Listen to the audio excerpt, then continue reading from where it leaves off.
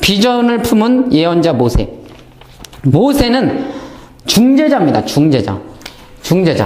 이스라엘에는 중재자가 왕이 있고, 중재자라는 왕은 절대자가 아닙니다. 중재자입니다.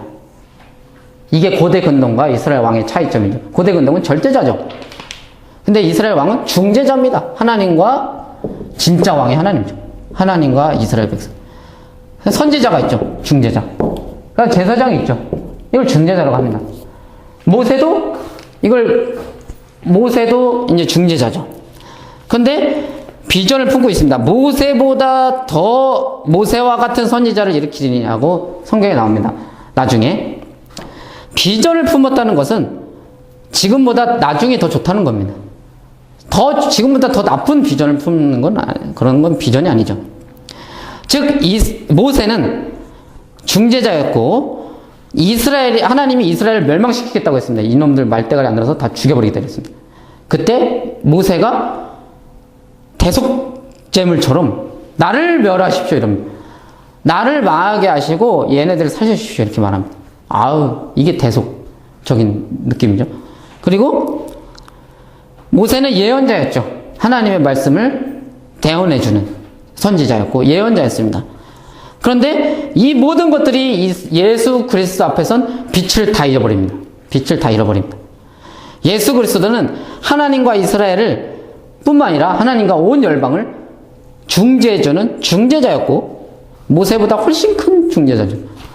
그리고 하나님의 진노를 누그러뜨리기 위해서 기도했던 모세를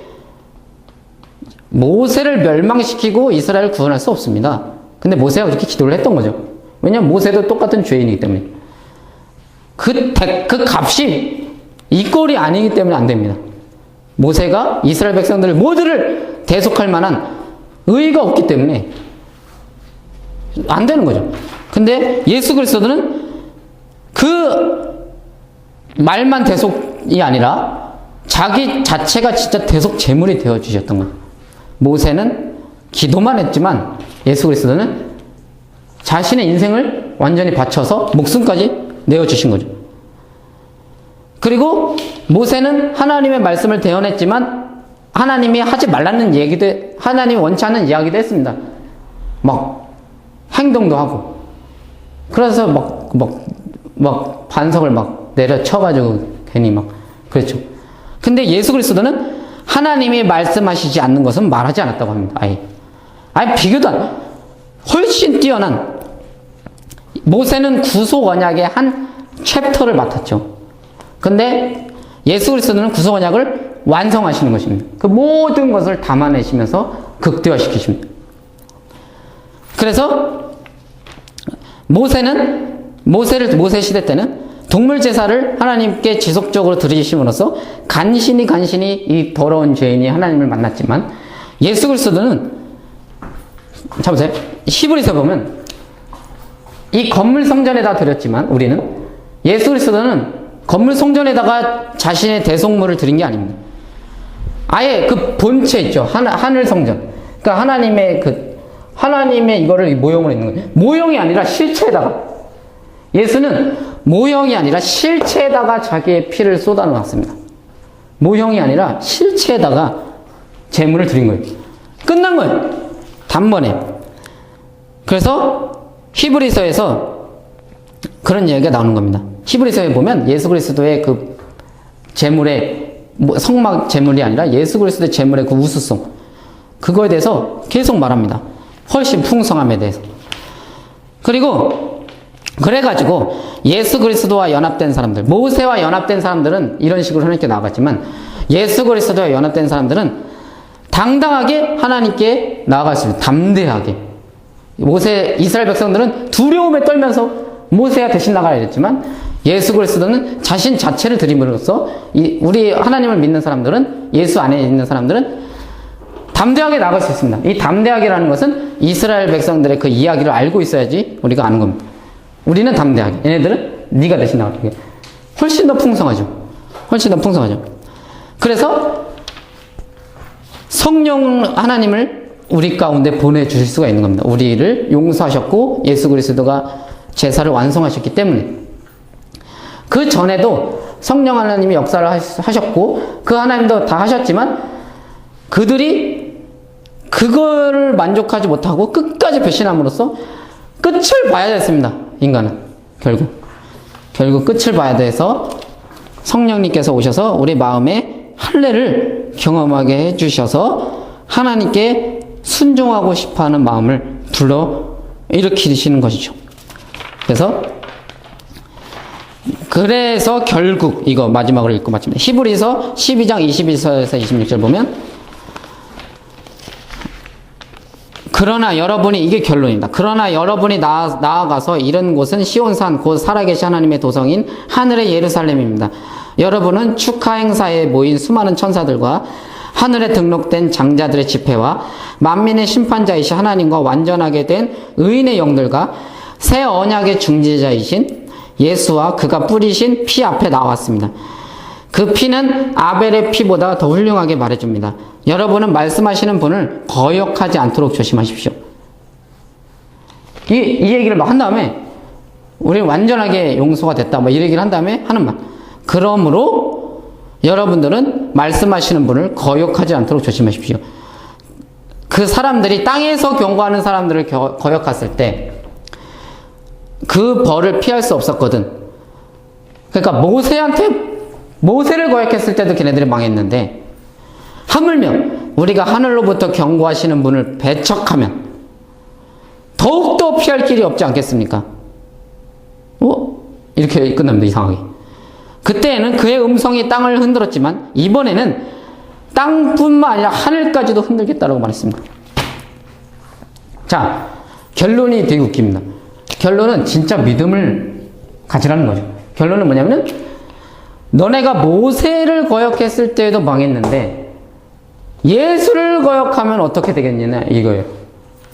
그러니까 너희들이 이제 하나님께 담대하게 나아갈 수 있고 용서 받았고 어쩌고저쩌고 좋은 거 다 얘기한 다음에 결론.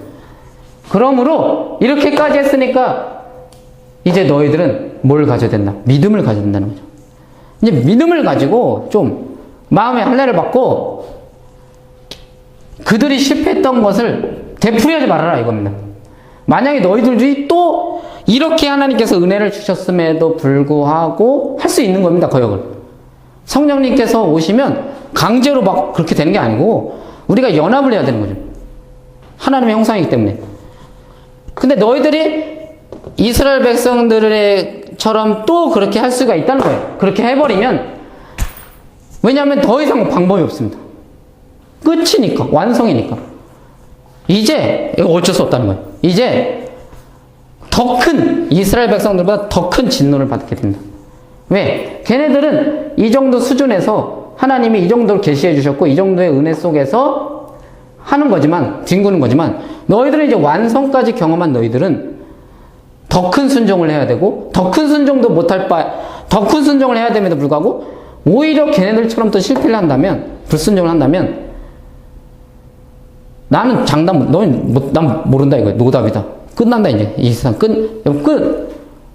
이제 완전히 진짜 어쩔 수 없다 이겁니다. 더 이상 하나님이 구원을 해준 게 없다는 거예요. 그러니까 마냥 좋은 게 아닙니다. 더 큰 은혜는 더 큰 반응을 불러일으키기 위해서 하는 겁니다. 하나님. 그러니까 하나님의 구원은 목적이 있는 거죠. 목적이 있는 구원, 비전이 있는 구원. 그런 것들입니다. 그리고 진짜 성경에서 말하는 믿음을 가지라는 겁니다. 이스라엘 백성들이. 그래서 이런 것들이 이러한 것들을 우리가 봄으로써 신명기 오늘 핵심은 뭐냐면 신명기에서 교리적으로 접근을 해버리면 그냥 단순하게 걔네 이스라엘 백성들이 순종을 못할 수밖에 없다 이렇게 말해버려요. 왜냐하면 딱딱 끊어져서 말해야 되니까. 불순종할 수밖에 없다. 하나님이 할례를 마음의 할례를 주시지 않기 때문에. 그래서 나중에 예수님의 시대 때는 마음의 할례를 주시기 때문에 순종할 수 있다라고 합니다. 진짜 그렇습니까? 뻥이에요, 뻥.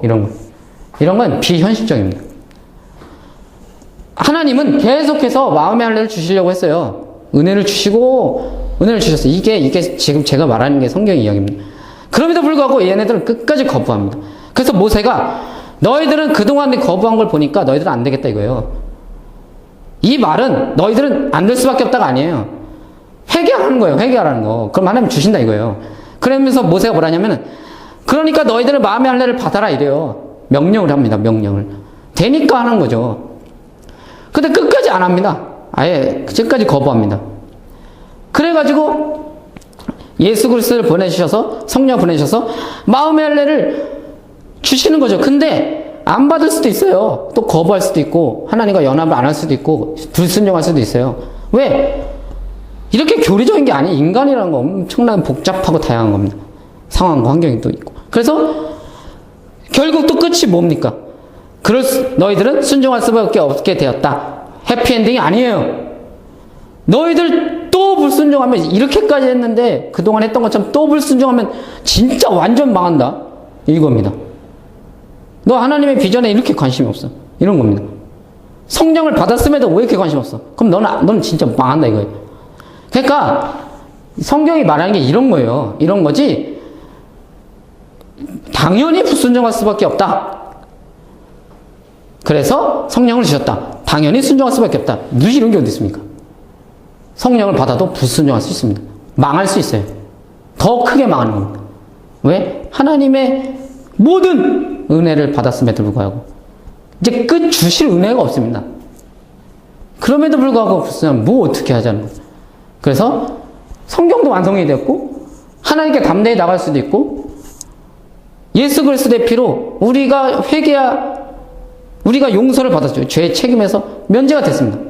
그래서 우리의 죄와 싸우는 삶을 살아갈 수 있는 능력이 있음에도 불구하고 안 한다면 지속적으로 계속해서 거부한다면 계속해서 불순종하고 관심이 없다면 결국에는 하나님이 버리신다는 거예요. 성경은 그것을 분명하게 말합니다. 하나님이 참는 게 한계가 있습니다. 견인론이죠, 견인론. 견인론이, 난 견인차인 줄 알았는데, 참는 거라고 하죠. 참고 인내한다는 거죠. 맞아요. 참고 인내, 참는다는 것은 한계가 있다는 뜻이에요. 한계가 없으면 참을 필요가 없죠. 그냥 다 포용하는 거죠. 근데 참는다는 것은 끝이 있다는 겁니다. 더 이상 못 참는 때가 온다는 거예요. 참는다는 거예요. 인내라는 것. 그렇기 때문에 지속적으로 그렇다면 나는 예수님 믿으니까 나는 구원이다. 이런 말은 여기 나올 수가 없는 겁니다. 이 성경에서. 어떻게 나는 믿으니까 그 믿음이 이 믿음 맞아? 아니잖아요. 그러니까 그러니까 성경적으로 우리는 돌아가야 된다는 것이고 그것이 제가 말하는 겁니다. 이상입니다.